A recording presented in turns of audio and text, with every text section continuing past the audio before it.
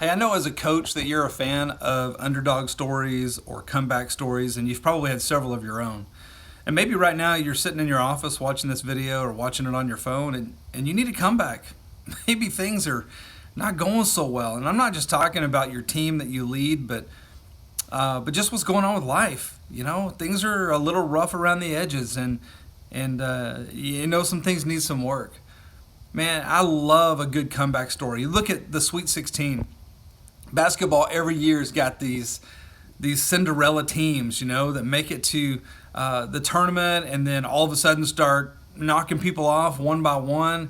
And it's so exciting to be, a part of that and to see that. And maybe you've been a part of a situation like that and you remember what that's like to be someone or a team of someone's that nobody really acknowledged or thought anything about. But then all of a sudden, you started to show people what you were made of. I love to see those stories come out. It reminds me of the story of David and Goliath in the Bible, or just a teenage boy comes strutting up, just delivering his brothers some stuff that his dad told him to take to them. And he is there, and all of the armies of Israel are afraid of this big old 10-foot guy named Goliath, one of the Philistines. And this guy Goliath, you've heard the story probably, he's just threatening the Israelites and saying, "Come on, man, I dare you. I dare you." And so this guy, David, he decides to take the dare. They tried to suit him up in a suit of armor, and David's like, "Man, this is not me. This is not me." And so he took a slingshot and some rocks. Because he was a shepherd, he knew how to use that. They used that in the fields as one of their defense weapons. And he was just a teenage guy up against a 10-foot dude that had a sword and a shield and the whole bit. He was an underdog. It didn't look like he was going to win this thing. But he took one sure shot at the giant, and the giant fell. And then, if you read the Bible, David went and took the giant's own sword and cut the giant's head off. That's a comeback story, okay?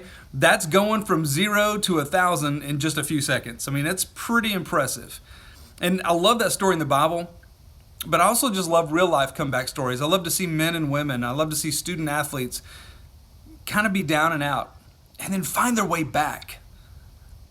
Maybe that's why you're coaching, to help students like that. And maybe you're having a hard time with some that you just can't seem to lead on the right path right now. Or maybe that's you yourself right now. Things are a little bit of a struggle and you feel like there's some giants in your way. I want to encourage you to trust God. You may not look like much of anything. You may be just small and feel insignificant, but with your trust in God, He can do a lot with just a little bitty one of us.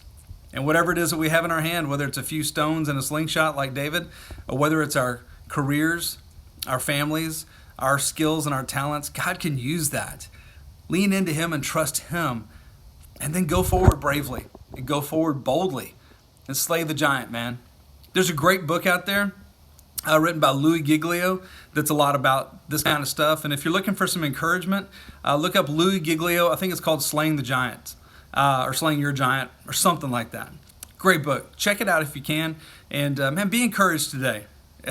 Even if you're an underdog, things can get better. So push forward and let's see if they will.